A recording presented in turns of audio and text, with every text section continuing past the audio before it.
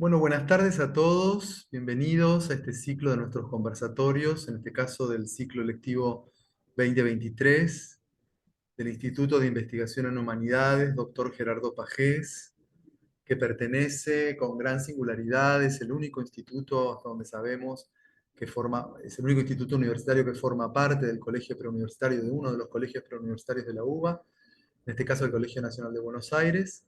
Y a partir de la pandemia arrancamos con este ciclo de conversatorios abiertos a la comunidad, en principio a los alumnos, a los docentes, a los graduados, a los exalumnos y en adyacencia a toda la comunidad del Colegio Nacional de Buenos Aires.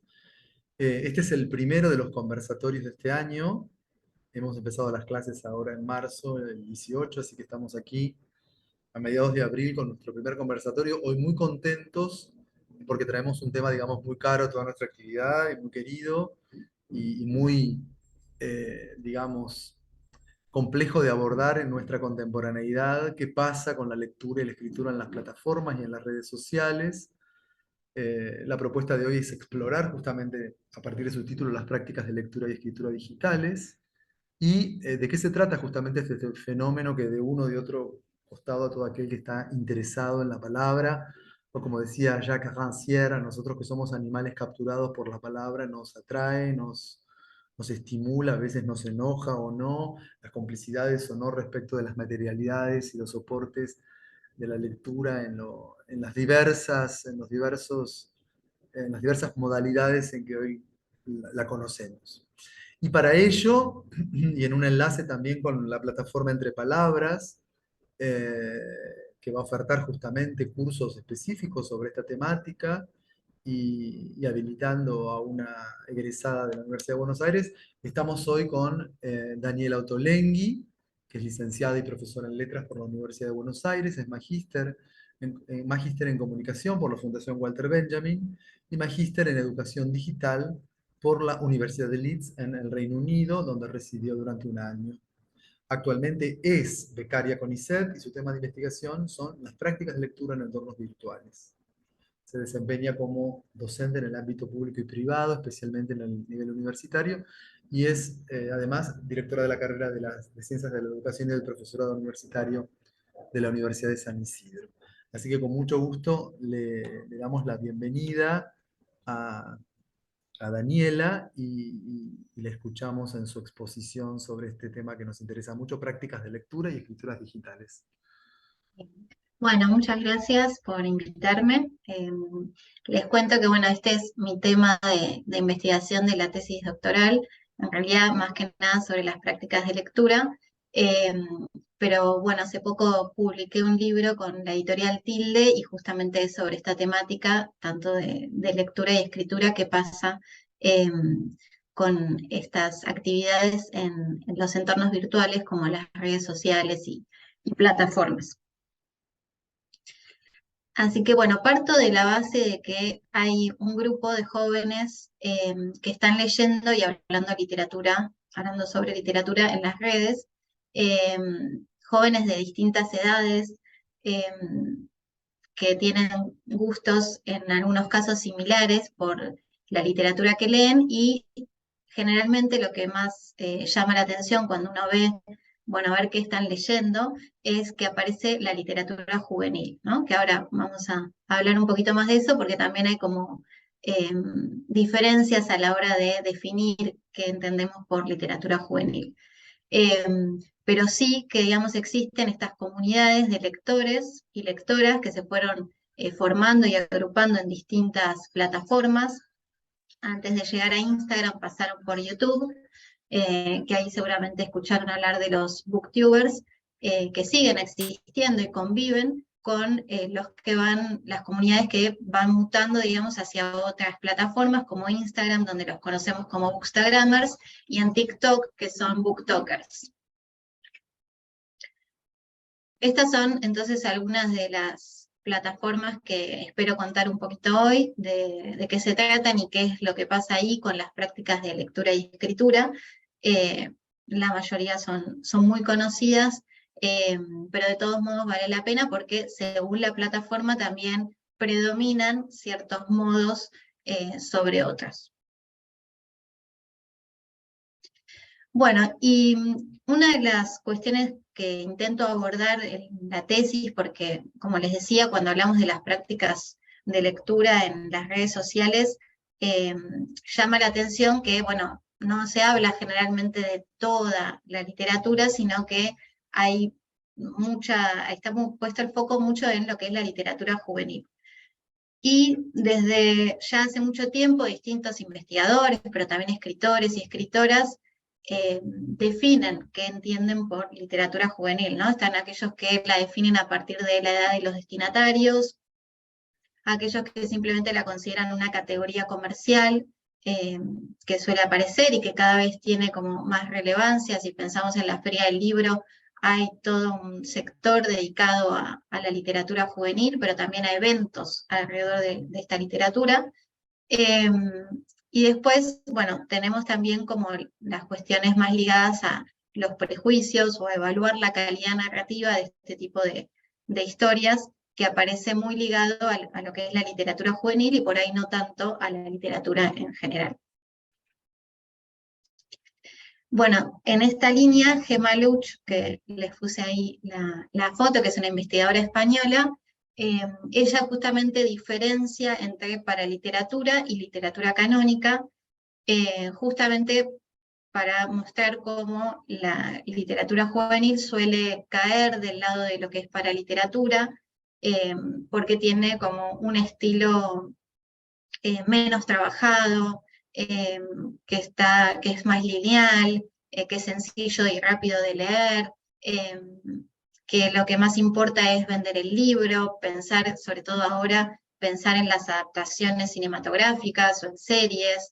El autor es más una persona famosa, más que una persona reconocida culturalmente. Estas son como algunas de las diferencias que ella marca. Y, digamos, injustamente, mucha de la literatura que está destinada a los jóvenes termina siendo caracterizada como para literatura, cuando, digamos, existen diferencias como en la literatura en general, ¿no es cierto?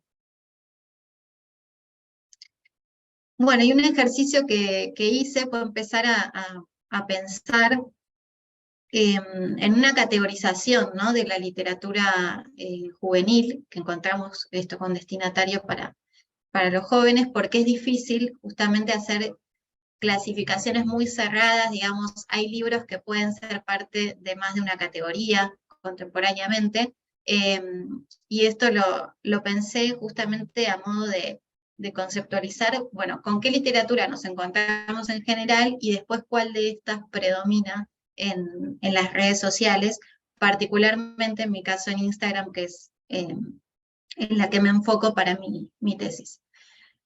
Y por un lado yo encuentro que hay una literatura juvenil escolar, que son esos libros que fueron pensados generalmente de antemano, ¿no? Fueron pensados para llevar a la escuela porque tratan ciertos temas que son sensibles y que se suelen abordar en el diseño curricular, que tienen que ver muchas veces con esto de los vínculos, pero también con la ESI, o como les pongo ahí, los trastornos alimenticios y demás.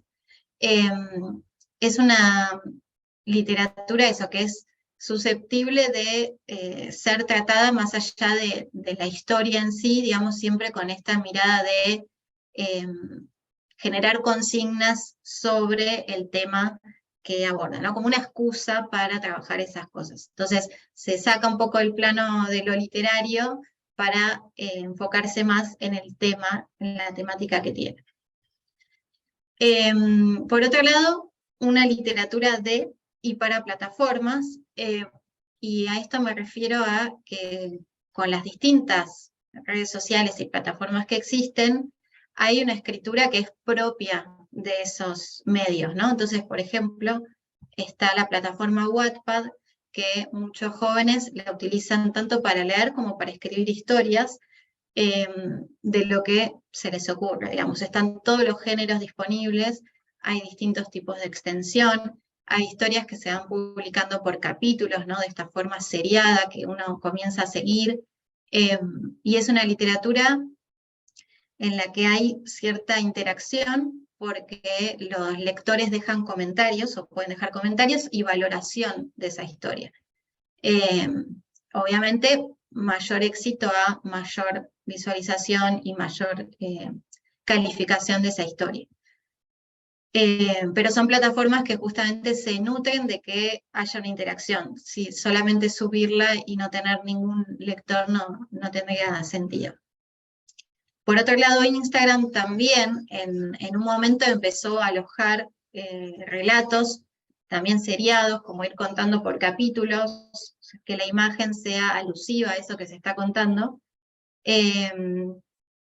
Y bastante hay de esto, pero también ligado a la poesía, ¿no? No solo a los cuentos o novelas, sino que también lo vemos mucho con la cuestión de la poesía. Pero al mismo tiempo, esta literatura dio lugar a que muchos jóvenes, no solo de acá, de Argentina, sino que en distintos lugares como Estados Unidos, donde este fenómeno está obviamente desarrollado hace más tiempo, lograran pasar de la plataforma a el formato físico. Entonces, se trata de jóvenes que venían escribiendo, por ejemplo, en esta plataforma que les decía, Wattpad, y gracias al éxito, una editorial, que a veces es la misma editorial, o sea, Wattpad, que decide publicar eso con una editorial, y luego terminan también en adaptaciones en serie, ¿no? Entonces, por ejemplo, no sé, La cabina de los besos, no me salía la traducción de la... es un libro de una chica que en su momento, cuando lo escribió en Wattpad, tenía 15 años, le fue tan bien que se lo decidieron publicar en formato físico y después esto se convirtió en una serie en Netflix que tiene 3 temporadas. Eso acá, tenemos ejemplos de eso, no que lleguen a serie, todavía a esa parte no llegaron, pero sí que tenemos fácil 4 ejemplos de jóvenes que venían escribiendo en Wattpad y compartían, y al generar tanta interacción también en paralelo en otras redes como Instagram o YouTube, lograron que editoriales como Planeta, Penguin y BR les publicaran los libros. Y estamos hablando de chicos que tienen máximo 25 años. Entonces, bueno, esa es una literatura particular también, o sea, es otra categoría de literatura dentro del juvenil, también en el sentido, no solo por los temas que aborda, sino porque quienes escriben son jóvenes. Entonces ya no es solo el destinatario, sino también los autores y autoras. Y por otro lado, la literatura de blockbuster, que este es un término de 2 investigadoras inglesas, una de ellas Rebecca Fitzsimmons, que ellas lo que señalan es que la literatura blockbuster es esa literatura que tuvo muchísimo éxito, como podemos pensar, no sé, Harry Potter, los Juegos del Hambre y demás, bajo la cual después englobamos toda la literatura juvenil. O sea, es quedarnos con estos casos y ejemplos de éxito, de taquilla, de éxito de ventas, bestsellers, y, digamos, poner como todo en la misma bolsa la literatura juvenil. O sea, es como que es una sobre-representación de lo que sería la literatura juvenil. Y tiene que ver con estos éxitos editoriales. Y por último, esta literatura de autor, que en realidad se toca mucho con la literatura juvenil escolar, que son estos libros que también aparecen en los programas curriculares, pero que no, o sea, no necesariamente el tema es el foco de por qué se eligen esos libros, sino sí ahí tiene más que ver con el estilo de la narración, con autores y autoras que están avalados, digamos, por la academia, ya sea porque recibieron premios, ya sea porque están hace años publicando, y tanto es así que hasta tienen itinerarios lectores, ¿no? Las mismas editoriales y manuales proponen seguir a determinado autor o autora con varios de sus libros. Bueno, ahí les les mostraba algunos ejemplos, en este caso, bueno, son todos de la misma editorial, pero bueno, posibles ejemplos de esta literatura juvenil escolar que tiene que ver con tratar ciertos temas, como la de Yo una vez fui granadero, que es para tratar el tema histórico, el de Prohibido soñar tiene que ver con la última dictadura militar, y el de Cecilia Piso con los derechos de las infancias.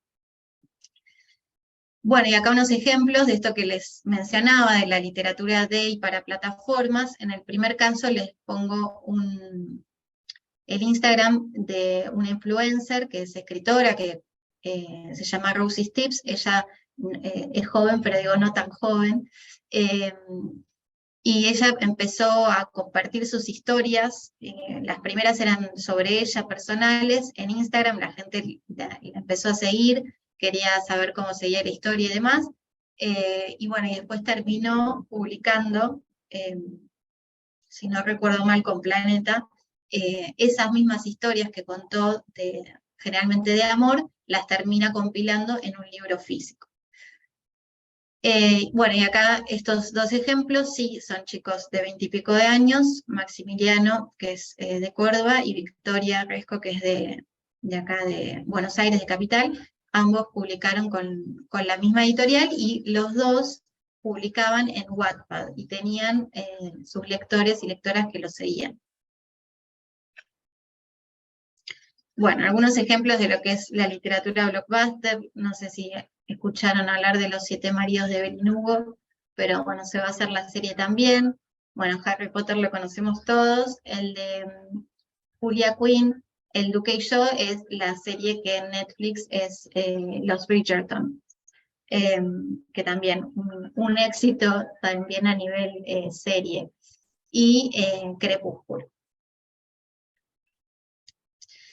Y algunos ejemplos de literatura de autor, bueno, podemos pensar claramente en Liliana Bodoc, Baccarini, Woolf, pero bueno, hay otros también, no sé, Mario Méndez, Paula Bombara, hay bastantes escritores y escritoras argentinos que suelen darse como lectura en la escuela, justamente por esto que decía, ¿no? Ya se aprecia más que nada el estilo y la figura del autor en sí, más allá de la historia. Bien. Bueno, esto era un poco, la idea era compartir estas categorías para seguir pensando en la literatura juvenil, porque muchas veces se produce como esta dicotomía, ¿no? De, bueno, literatura juvenil sí o literatura juvenil no, y bueno, por ahí entender esto que es un campo disciplinar, que está en expansión, que es complejo, y que, por lo menos para mí, resulta interesante explorar y ver qué es lo que hay para no englobar todo en una misma categoría que muchas veces no sabemos ni a qué refiere. Bueno, y retomando esta idea de qué es lo que hacen los jóvenes y qué leen en los entornos virtuales, especialmente en Instagram, una de las cosas que aparece mucho es la diversidad. Y esto me parece interesante porque en los ejemplos que yo di anteriormente de las categorías, es difícil encontrar ejemplos en esas categorías que sean sobre libros diversos. Quizás el único es Heartstopper, que ya hoy por hoy también es un éxito y que pasó a ser serie además. Pero bueno, son lecturas que no siempre entran en el circuito escolar y sí entran por fuera, ¿no? O sea, qué es lo que ellos deciden leer, y bueno, el tema de la diversidad es un tema que les interesa. Bien. Hablamos un poco de las lecturas y que después voy a retomar un poco, pero una de las cosas que me gustaría contarles es como, bueno, ¿qué es lo que hacen? O sea, ¿a qué nos referimos cuando hablamos de prácticas de lecturas en entornos virtuales? Porque no hablamos de si están leyendo en digital, sino que usan las redes para compartir qué es lo que quieren leer, qué es lo que leyeron y qué es lo que están leyendo. Y muchas veces ese contenido se organiza a partir de consignas, ¿no? Entonces, encontramos, este es como una parte del feed de esta joven, Bookish.ar.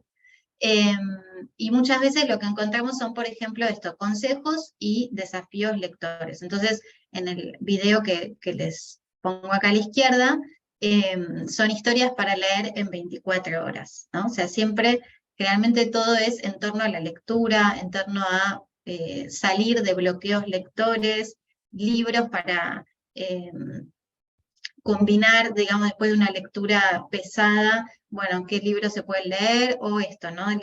Lo que tiene que ver con la rapidez y la duración de ciertos libros. Y también se generan, como les decía, desafíos lectores. Muchas veces se hacen a principio de año, se hace una lista de, por ejemplo, historias que sucedan en África. Un libro que tenga la tapa azul. Bueno, hay distintos tipos de desafíos, algunos más complejos, otros menos, unos que parecen, digamos, muy pavos, y otros por ahí un poco más profundos de poder, por ejemplo, querer leer autores de otros lugares, que los crean los mismos lectores y a su vez se suman a otros desafíos que proponen otros lectores de la comunidad, y a veces utilizan los que aplicaciones como Goodreads, que es una aplicación donde uno puede marcar qué libro quiere leer, qué libro leyó y qué libro está leyendo, también sugieren desafíos de lectura, e incluso el desafío más importante que propone esa aplicación es de cantidad, cuántos libros uno quiere leer en todo el año, y en base a eso nos va diciendo si venimos bien, si estamos atrasados, cuántos libros deberíamos leer por semana para llegar al número. Entonces, digo, esto un poco para mostrar que la preocupación en torno a la cantidad, a la rapidez de la lectura es un tema que preocupa.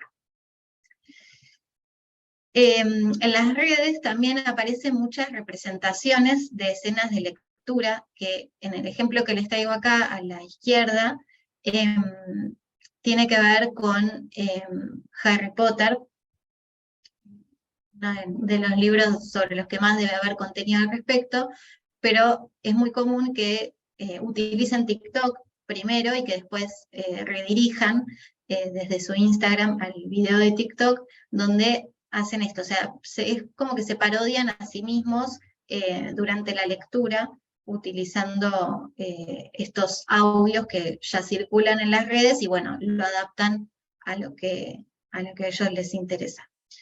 Y al mismo tiempo, en las representaciones de escenas de lectura, aparecen la persona, en las imágenes, digo, en las fotos, por ejemplo, cuando aparecen ellos, los protagonistas, estos jóvenes que tienen las cuentas, suele ser acompañados de libros, ¿no? Es muy raro encontrar que sea una foto de ellos sin algo que tenga que ver o que haga alusión a la lectura. También ahí hay una representación, hay una performatividad de lo que es leer, de lo que es su relación con los libros, que generalmente son físicos, o en su gran mayoría son físicos, y el hecho de, bueno, de tenerlos, ¿no? O sea, mostrarlos también forma parte de esas representaciones. Y en este sentido, otra de los contenidos que abundan en las redes, que también lo pueden encontrar en YouTube y en TikTok, son los tours por las bibliotecas, o sea, por las propias bibliotecas, las de la casa de cada uno. Muchas veces eligen mostrar cómo ordenaron los libros o si los tienen que volver a ordenar. En general el problema es que no les entran más libros y que tienen que ver de qué manera ubicarlos, pero también hay una cuestión estética y algunos muestran que los ordenan por color. Bueno, es todo un tópico y un contenido que a los lectores, a la comunidad lectora le interesa y que lo aprecia. Digo, no es que es un contenido que pasa de largo. Y a digamos, se asocia también el paseo por librerías y el paseo por bibliotecas. La foto del Ateneo Gran Splendid es una foto que está en muchos de estos bookstagrammers, siempre, digamos, como esto, ¿no? Valorando la cantidad de libros y el hecho de verlos y demás.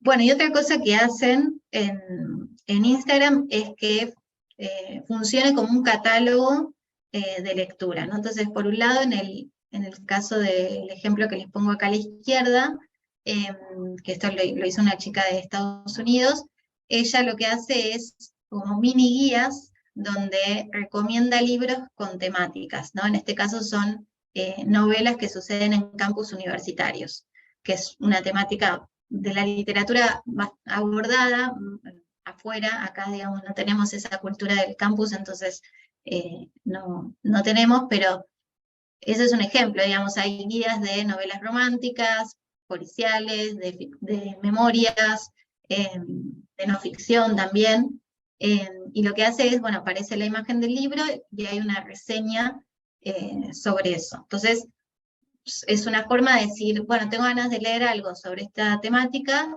sé que esta Bookstagrammer hace estas juradurías, entonces me voy a fijar qué es lo que recomienda.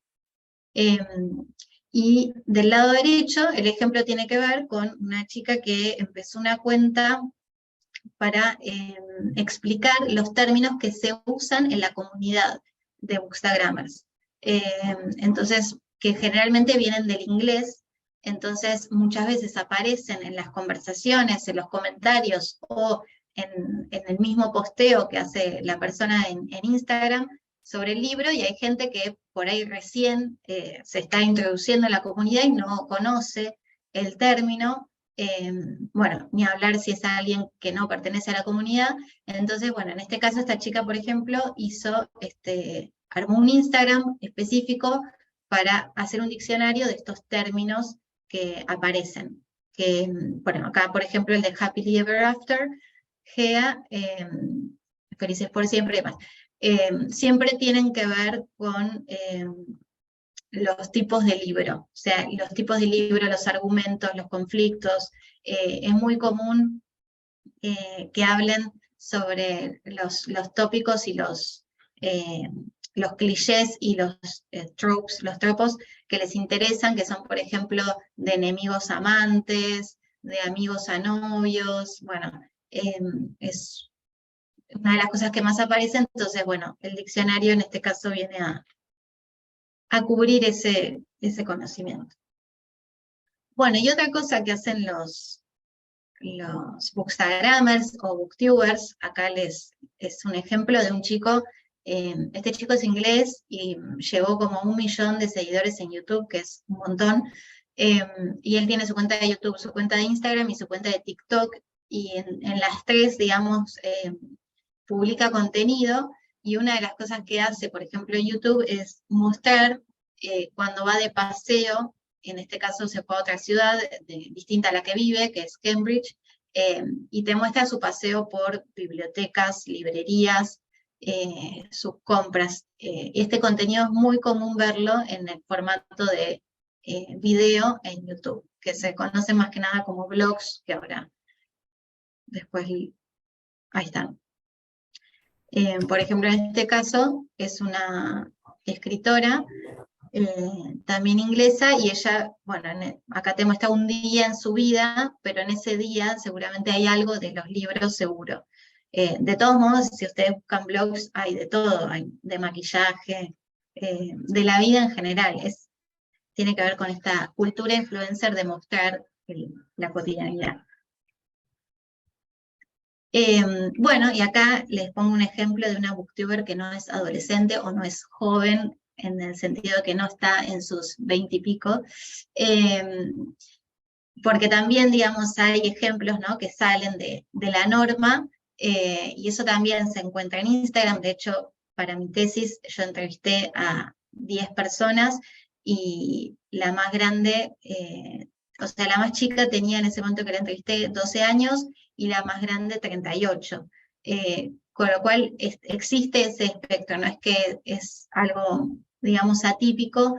Cada vez menos, digamos, pasa que nos resulte raro, porque la lectura es algo que también, a partir de ver todos estos contenidos, que gente por ahí más adulta le interesó y encontró un lugar de pertenencia. La gran mayoría de estos jóvenes tienen una experiencia en común, y es que les gustaba mucho leer, pero no tenían con quién hablar sobre eso.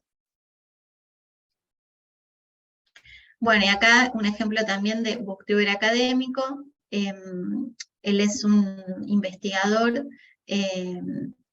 Tomasena es su apellido, que vive en España, y él hizo su tesis doctoral sobre los booktubers, y la hizo de manera, como él participó también, o sea, parte de su experiencia de investigación fue él mismo convertirse en un booktuber para poder entender mejor, y bueno, y después de que terminó la tesis, siguió, le interesó en serio, y bueno, iba comentando sus distintas lecturas.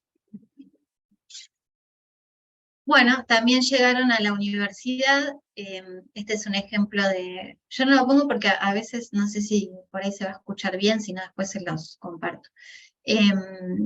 Pero, por ejemplo, en Flaxo, aparentemente, digamos, un trabajo final era comentar un libro al estilo de los booktubers.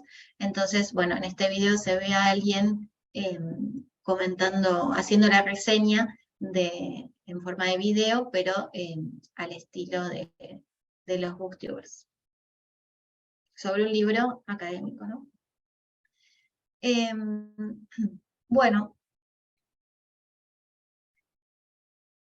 perdón.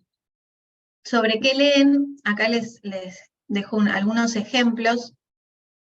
Cuando hablábamos de la literatura juvenil, bueno, la verdad es que lo que más leen no son todos los géneros, sino que predomina el género romántico, la fantasía y el policial, digamos, policial y thriller por ahí, pero esos son como los más predominantes. Suelen leer traducciones al español o libros en inglés, y libros, por ejemplo, los de Alice Keller, que es española, ¿no? Que vienen de España. No hay tanto consumo de literatura argentina, también porque no tenemos tampoco muy desarrollado este mercado editorial acá, no hay tanta oferta sobre esto. Sí hay un montón afuera, y la verdad que acceden a los libros de distintas maneras. Hasta el momento compraba mucho en Book Depository, que es una página web donde se podía comprar libros del exterior, que anunció hace pocos días que cierra, así que bueno, eso ya no va a ser posible, estamos todos muy tristes. Compran también acá en la librería Kell, que tiene libros en inglés, lo que pasa es que no llegan todos los que se publican, y si no, bueno, cuando son en inglés, justamente descargan de manera ilegal en el Kindle. Esas son como las formas de acceso, pero en su mayoría, digamos, gastan, por eso es un pasatiempo caro, porque bueno, gastan bastante dinero en libros. Bueno, y acá les mostraba los que son hay una mezcla, pero más que nada fantasía, que algunos son más paranormales y demás, pero bueno, y la mayoría son sagas. La gran mayoría son libros grandes, gordos, que tardan eso es lo más curioso, no tardan tanto en leerlo, justamente por la ansiedad de comentarlo, compartirlo y poder seguir con la saga. También aparecen mucho la lectura de libros con adaptación cinematográfica, como les decía, o con adaptación en serie. Por ejemplo, estos que les pongo a la derecha, de Hating Game y Cariño, cuánto te odio, es el mismo libro, uno en inglés y otro es su traducción, y ese se hizo la película, que no sé si está en Netflix, ahora no me acuerdo, pero existe como esta actividad, digamos, de decir, bueno, quiero leer el libro y después ver la película o la serie, es una de las actividades que hacen, e incluso muchas veces después comentarlas, ¿no? Bueno, todos estos que tienen imagen acá tienen adaptación. Bien. No sé cómo estamos de tiempo, Walter. Vos me dirás. Estamos bien, podemos, sí, 5 minutitos más para después habilitar Dale. una charla o un comentario, pero vamos muy bien. Bien. Bueno, entonces comento un poco más rápido esto, que igual algo ya les venía contando. que es esto de, bueno, escribir literatura. Tenemos tanto el fenómeno de fanfiction como el de Wattpad. En el caso de fanfiction, la definición es de Daniel Casani, que es esto de crear una obra nueva a partir de algo que ya existe, que no es necesariamente un libro, puede ser una película, puede ser una banda musical, digo, hay novelas escritas o historias escritas a partir de Harry Styles, que es un cantante. Hay cosas sobre los personajes de Marvel, por ejemplo, pero siempre tiene que ver con esto de reformular, ya sea contar sobre la relación de dos personajes que en la obra original no tienen relación o que eso no se desarrolló, como pensar la historia previa a eso, o como les decía, utilizar algún cantante, eso que se conoce públicamente de él, como para pensarlo dentro de una historia que suele ser romántica, en esos casos, ¿no? Bueno, acá nada, algunas cosas por las cuales, por qué por ahí vale la pena conocer estos temas, y es que, bueno, yo siempre pienso como el enlace el puente con la escuela, ¿no? O sea, las prácticas que suceden fuera del aula con las prácticas que suceden dentro del aula. Entonces, bueno, acá les pongo algunos aspectos que se pueden trabajar con esto de fanfiction y Wattpad. A ver si tengo acá, sí. Bueno, que por ejemplo esto, ¿no? De la intertextualidad, a ver qué historias aparecen dentro de las historias. Esto del retelling, que no es otra cosa que las reversiones, que existieron siempre, ¿no? Escuchar una versión de la misma historia, pero que tienen, digamos, su público también entre los jóvenes, que les interesa como, bueno, volver, revisitar esa historia tradicional tal vez, pero desde otro punto de vista. Otras cosas que se pueden trabajar también son el plagio, ¿no? O sea, cómo se considera cuando uno se mete con la obra, con esa idea original de otra persona y, bueno, y la empieza como a utilizar. El proceso creativo, porque en realidad muchas veces hay varios libros hoy en día que empezaron siendo fanfiction, o sea que sus autores, digamos, publicaban en la web porque se inspiraron y empezaron a partir de tal historia, y después lo reformularon tanto que terminó siendo una historia nueva, ¿no? Solo que, bueno, originalmente se basó en eso. Entonces, tiene que ver también con el proceso creativo de muchos de estos jóvenes que representan qué está pasando hoy con la literatura. Y por último, la idea de autor y lector, y esta idea de beta, que beta se llama justamente al lector en estas páginas como Wattpad y Fanfiction, que es el lector que hace comentarios y que hace sugerencias y correcciones, que funciona como una suerte de editor o editora. No todos lo tienen a este beta, pero quienes lo tienen, generalmente el resultado de su escritura es mejor, justamente porque, bueno, tiene como una edición. Creo que...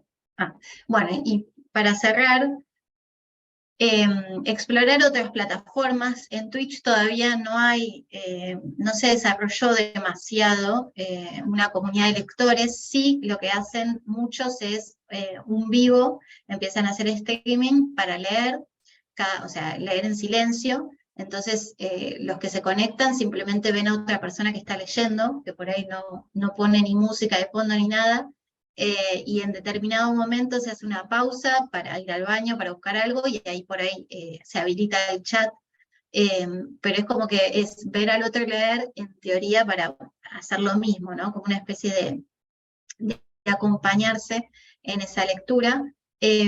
Algunos también lo están usando quizás como para dar algún tipo de clase. Hay un chico muy conocido en España, que empezó como booktuber, después bookstagrammer, tiene varios libros publicados, y él, por ejemplo, hizo varios tweets para dar consignas de escritura y hablar de esto del proceso creativo y demás.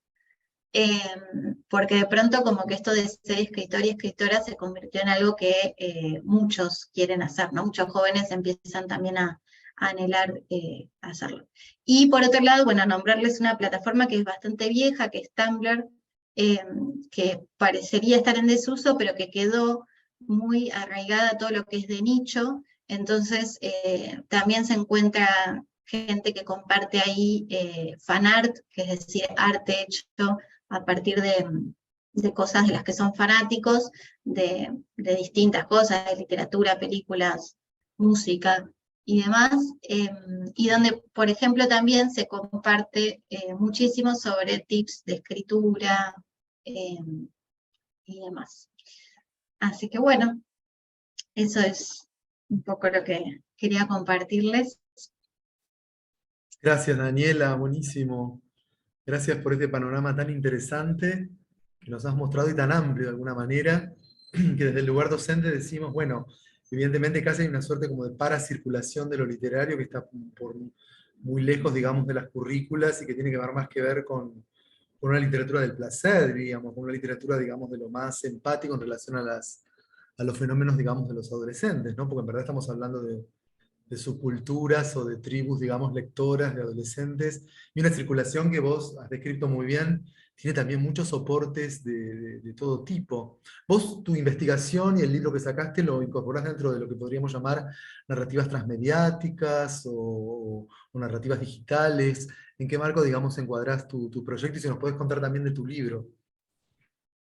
Sí, en realidad, o sea, paso un poco por esos conceptos, pero más que nada pienso Instagram como un género multimodal, donde la reseña, o sea, básicamente me centro más en qué reseñan estos jóvenes y que son reseñas eso, ¿no? Multimodales, que combinan distintos modos de significar, que no es solo la imagen de la foto, sino que, bueno, el texto y qué elementos tiene ese texto, los emojis y demás. Pero sí tomo los aportes y, bueno, todo lo que tiene que ver con la cultura participativa, eh, los multialfabetismos y demás. Y el libro es una partecita de la tesis, es como una puerta de entrada a estos fenómenos, me explayo un poco más en estos distintos ejemplos que estuvimos viendo acá, eh, y bueno, más en un tono de divulgación, ¿no? O sea, un poco más afuera de lo académico, aunque igualmente tiene referencias y cosas si uno quiere profundizar, y un poco con la mirada puesta en conocer qué es lo que pasa y tratar de ver cómo llevarlo al aula en última instancia. Ujú. Y el consumo de estos digamos, de justamente los distintos soportes de una misma historia. Por ejemplo, nombraste el caso que he seguido de Heartstopper, por ejemplo, que vi Sí. la serie, después me compré el cómic. Digamos, evidentemente esta circulación donde uno va a descubrir cosas que no están en un soporte, que están en otro, que rellena como espacios de vacíos, digamos, o evidentemente que muestra prácticamente, no sé, las condiciones de posibilidad de cada uno, digamos, de los géneros, ¿no? Porque no es lo mismo, digamos, una serie de 30 minutos de episodio de 30 minutos de Netflix que el cómic de Heartstopper. Lo estoy diciendo por el fenómeno, digamos, más cercano. Igual te Sí. confieso que mientras ibas hablando estuve con mi celular en la mano buscando y asociándome a esas cuentas de Instagram. Realmente, porque quiero seguirlos y te agradezco mucho también ese aporte, porque bueno, creo que algunos que nombraste no conocía, a pesar de que sí conocía mucho el fenómeno de Wattpad, por ejemplo, que me pareció siempre increíble con la cantidad de historias ahí en los nichos, digamos, textuales y que luego han pasado a otros soportes, ¿no? Pero vos decís, ¿cómo es el mismo consumidor el que, digamos, consume eso? Y lo digo consumidor en el sentido, digamos, más positivo, ¿no? Es el lector, digamos, que consume este tipo de historias que viaja por, digamos, que también viaja por estos distintos soportes, o vos pensés que, es decir, cohabita ese mismo soporte en un mismo lector, en un mismo consumidor, ¿pensás vos o no? Está buena la pregunta. Creo que pasan las dos cosas, digamos. En general, todos tenemos más de una aplicación que consumimos, pero no siempre, digamos, consumimos como el mismo contenido en las distintas aplicaciones. Quizás vamos diferenciando a quién seguir en Instagram, qué mirar en YouTube y demás. Entonces, por un lado pasa eso. De hecho, con Heartstopper lo que pasó es que hubo un grupo de gente que siguió el origen, porque el origen de Heartstopper se da en una plataforma similar a Wattpad, pero que es para publicación de cómics. La Mm, autora empezó a publicar ahí primero, entonces ella generó todo un público. De hecho, su primer libro lo autopublica, eh, y le va tan bien que al final una editorial decide publicarle ese y todos los que siguen. Eh, pero ese público, digamos, no, probablemente no estaba en, no sé, en Instagram, ¿no? mm, Eh, que después son los que fueron comentando el libro, o sea, entonces sí hay como una diferencia, no siempre están en las distintas plataformas. Y por otro lado, con esa en particular pasó esto que vos comentabas, y es que mucha gente llegó primero a la serie y después de ver la serie decidió leer los libros. Entonces, bueno, eso también habla de nuestros consumos. El, qué sé yo, Netflix tiene una llegada que me parece que es como mucho más fuerte y por ahí masiva que seguir a alguien que recomendó que había que leer el cómic. ujú. Así que sí, es interesante el fenómeno porque es como que hay un ecosistema de plataformas que consumimos en paralelo, eh, pero que por ahí nos enteramos por los usos que hacemos, primero por un lado y después por el otro. Ujú. Algo que te quería comentar, que no sé si está tan difundido, pero me parece que no ha tenido tanta pregnancia, es lo que se llamó en su momento las lecturas inmersivas, ¿no es cierto? El trabajo sobre las lecturas inmersivas. Yo recuerdo un fenómeno que seguí muy en boga, que fue en el 2018, seguramente vos el fenómeno lo conocés, que el Banco Itaú pagó sobre la novela de Hugo Burel, el uruguayo, Mm. la publicación de una novela por Instagrams, con fotos de Instagrams, que se iría publicando todo un verano a partir del 8 de enero, que tuvo un boom increíble. Una gran fotógrafa, un escritor como Hugo Burel, el sostén económico del Banco Itaú, y la gente ya podía hacer comentarios, digamos, en el sitio de Instagram. Yo seguí ese momento, 2018, que era una forma de meterse. Vos hablaste del lector beta, y justamente el fenómeno eso, no sé si nació ahí, por lo menos acá lo conozco, con esa gran historia, se llamaba Una ola perfecta la historia, y fue deslumbrante porque seguimos, digamos, la historia a partir de las fotos de un gran fotógrafo, y la historia era una periodista argentina que iba a Cabo Polonio y que descubre ahí la tabla de surf desaparecida de un viejo surfer que había desaparecido hace 30 años. Así que era una suerte como de thriller, de fantasy, pero con lugar natural como Cabo Polonio, etc. Y eso a mí me habilitó la idea de que yo pensé que iban a proseguir, digamos, estas historias, o que iban a colonizarse por lo menos a partir de la red de Instagram. Y no ocurrió. O no sé si vos tenés algún otro, digamos, fenómeno de lecturas inmersivas, porque en verdad esto tiene que ver, bueno, con circulación de soportes, con circulación de textos, con lectores que intervienen y que hacen muy bien, como vos dijiste, función de editor, pero no sé si hay como fenómenos donde se está buscando, digamos, ya como un efecto, diría, casi como de Gerard Genet, metaléptico, ¿no? De meterse en la historia de otra manera, ¿no? O, digamos, confundir los espacios, digamos, de la ficción y la realidad como un efecto metaléptico de meterte vos directamente en la historia. Te preguntaba a ver si vos tenías algo sobre lecturas inmersivas, o si hay algo o eso no prosperó en estas No, o transnarrativas. sea, yo no conozco tanto el tema, la verdad. Sí que creo que por ahí si no prospera, también tiene que ver con esto de cómo sigue predominando el libro físico, a pesar de las premoniciones. La experiencia de lectura es distinta. Eh, entonces, no sé hasta qué punto eso puede tener éxito, como que por eso las cosas que se publican de literatura que mostraba en Instagram son muy cortas, al otro día ya te suben el siguiente capítulo, o sea, tienen como ese formato. Em, pero habría que investigarlo, la verdad que no estoy en el tema. Ujú. Bien, vamos a abrir a otras preguntas. Si alguien quiere hacer una pregunta, está con nosotros Mario Larroca, que también pertenece al Instituto de Investigación en Humanidades. Y bueno, si alguien tiene alguna otra pregunta, si no, yo ya tengo una preguntilla para hacerte última a lo mejor.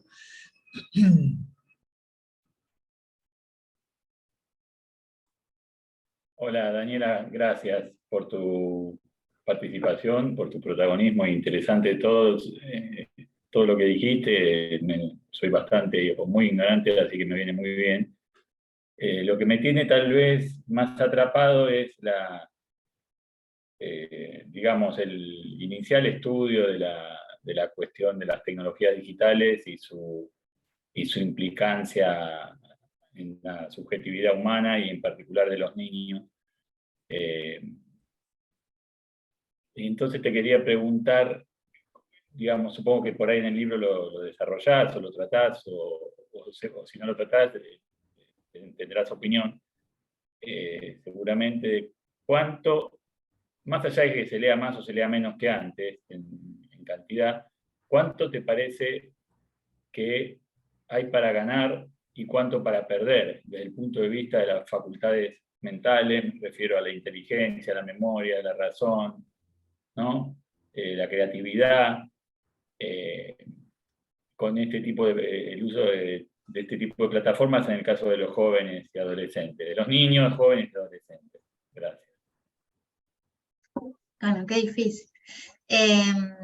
No, yo creo que hay una realidad y es que ya existen, y que es un poco como las discusiones ahora sobre la inteligencia artificial y el chat y que se hace, y bueno, o sea, ya ir para atrás no se puede, lo que existe, existe, y a partir de eso lo que hay que ver es cuáles son las prácticas que se configuran en torno, y por eso hablo siempre esto del puente entre las prácticas dentro de la escuela y las que son fuera de la escuela, porque pienso que todo es material que se puede utilizar a favor, ¿no? Yo creo que no, que hay cosas que se ven que por ahí van un poco en contra de por ahí, no sé, algo del sentido común que nos lleva a decir como, bueno, están leyendo cosas malísimas o qué sé yo. Puede ser, pero a la vez digo, están leyendo, están eligiendo qué quieren leer, están creando contenido a partir de eso que les interesó, y en esa creación hay mucha originalidad, porque buscan la manera justamente de diferenciarse, de distinguirse entre todos los que están haciendo lo mismo, y a su vez se relacionan con otros y son vínculos que por ahí uno dice, bueno, pero es la virtualidad, y no, son vínculos que muchas veces pasan a la presencialidad, que se conocen, que se juntan, generan una expectativa. Ahora para la Feria del Libro, o sea, llenan, o sea, les dan una de las salas más grandes y se llena. Entonces, no es para verlo como todo positivo y que no hay nada para criticar, porque por supuesto que sí, pero por eso digo, ¿no? Ver qué se puede hacer también. Es una oportunidad para discutir varias cosas de los temas que trata la literatura, porque la verdad que hay libros polémicos, o sea, hay libros en donde está bien, o sea, no es que está bien, pero digo que no se cuestiona, no sé, el comportamiento del protagonista con la chica que es, no sé, obsesivo y tóxico. Y por ahí eso se adaptó y está en Netflix, o sea que pasó más allá del filtro del adolescente, que obviamente todavía está en su formación y hay un montón de cosas que va a cambiar, y de eso se hace un negocio y por ahí no importa. Me parece que es como una oportunidad para para criticar ese tipo de cosas también. ¿Por qué leemos esto? También como salir de la preocupación en el sentido de que, bueno, muchas veces uno leyó cosas y eso no quiere decir que después toda su vida de lectora siguió por ese lado, o que entonces nunca se acercó a un libro, un clásico, como bueno, empezar a no cuestionar tanto los gustos literarios en ese sentido, sino bueno, ver cómo se están construyendo. Sí, o sea, pienso que sí, que hay cosas que son para preocuparse, pero más que nada ocuparse, tomarlo como una oportunidad. No sé si respondí. Muy bien, sí, sí, muchas gracias Sí, gracias. Sí, por sí. tu respuesta. Yo le preguntaría a Dani, a mí me gustaría saber, me gusta siempre esa parte de cómo trasladar todo este universo de nuevas prácticas, estas innovaciones, ¿qué puede hacer un docente en el aula con todo eso? Un docente que, bueno, empieza a conocer estas plataformas, estas producciones, estos modos de circulación de la lectura. No sé, ¿qué puede proponer? Digamos, al momento yo trabajo mucho con docentes y sugiero actividades al momento de sugerirles propuestas. ¿Vos qué sugerirías, digamos? Digamos, un ejemplo concreto de cómo llevar esto al aula. Sí. No, yo siempre sugiero que los docentes conversen con los estudiantes sobre qué usan ellos. O sea, a partir de ahí. Porque uno puede estar 1000 años tratando de entender Twitch y cómo lo puedo aplicar y demás, pero si después voy y el grupo no le interesa, no lo usa, no sé si tiene mucho sentido, por lo menos no para empezar.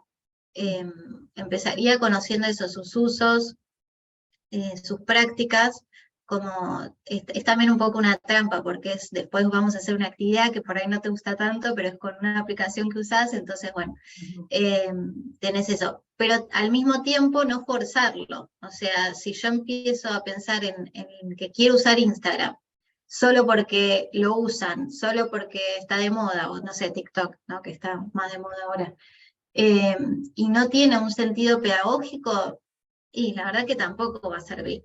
Entonces, es como un camino que tiene dos caminos paralelos. Uno es explorar qué es lo que ellos usan, para qué lo usan y demás, y al mismo tiempo uno ser usuario de esas redes, porque solamente siendo usuario y usuaria es que podés pensar, uy, este contenido que tengo que dar, la verdad que me vendría bien que usáramos Twitch para hacer como una especie de noticiero, por ejemplo. Pero si es algo que no conozco, que ni me interesó ir a ver y demás, es muy difícil que se me ocurra la idea. Y es como la creatividad tiene una cosa, para mí al menos, y es que una vez que empezó así a rodar, empiezan a aparecer otras ideas. Y cuando lo implementás y ves la reacción de los estudiantes y demás, que pueden ser buenas o malas, también empezás a decir, uy, tendría que haber hecho esto la próxima, y así, y se va como construyendo también en conjunto, porque después en definitiva ellos también opinan y sugieren cosas. Bueno, muchísimas gracias. Bueno, muchas gracias, Daniela. Gracias por esta charla que nos ha abierto todo un universo, un panorama muy interesante que has planteado. Los términos también que nos llevamos de fanfiction, de lector beta, y todo lo que has aportado para poder, digamos, incorporar desde el plano docente estas lecturas que, como te digo, creo que, bueno, uno no puede intuir realmente cómo hay una circulación, digamos, aleatoria, digamos, a las circulaciones canónicas, digamos, del aula. Y como decía Ana María, digamos, realmente a veces es como muy sorprendente que hay otros mundos posibles también ahí adentro, dentro de las cabecitas lectoras de nuestros jóvenes y adolescentes o niños, y la verdad que, bueno, que estés estudiando esta fenoménica me parece realmente muy interesante, muy interesante. Así que te agradecemos mucho por este aporte, y bueno, les queremos decir que este conversatorio va a estar, por supuesto, a disposición en nuestro canal de YouTube, justamente, del Instituto de Investigación de Humanidades, va a estar ahí, y nos pueden acompañar ahí y revisitar, digamos, o ver esta conversación que nos ha dado Daniela Ottolenghi hoy. Así que bueno, Daniela, muchas gracias. No, gracias a ustedes y bueno, espero que les haya servido. Bien, y recomendamos entonces tu libro, repetimos el título por la editorial Tilde, y tu próximo curso. Perdón. Leer se volvió viral. Leer se volvió a ayudar. Y también tus cursos, digamos, en Entre Palabras, que... Sí, que empieza la semana que viene, el 20, es un curso de 6 clases virtual con espacios sincrónicos y espacios asincrónicos, que se llama justamente Prácticas de Lectura y Escritura Digitales. Bien. Ahí en Entre Palabras tienen toda la info. .org, exactamente. Bueno, muchas gracias, y nos encontramos el próximo mes con un nuevo conversatorio de nuestro instituto y del Colegio Nacional de Buenos Aires. Muchas gracias a todos y buenas tardes. Gracias a vos. Chao, chao. Chao.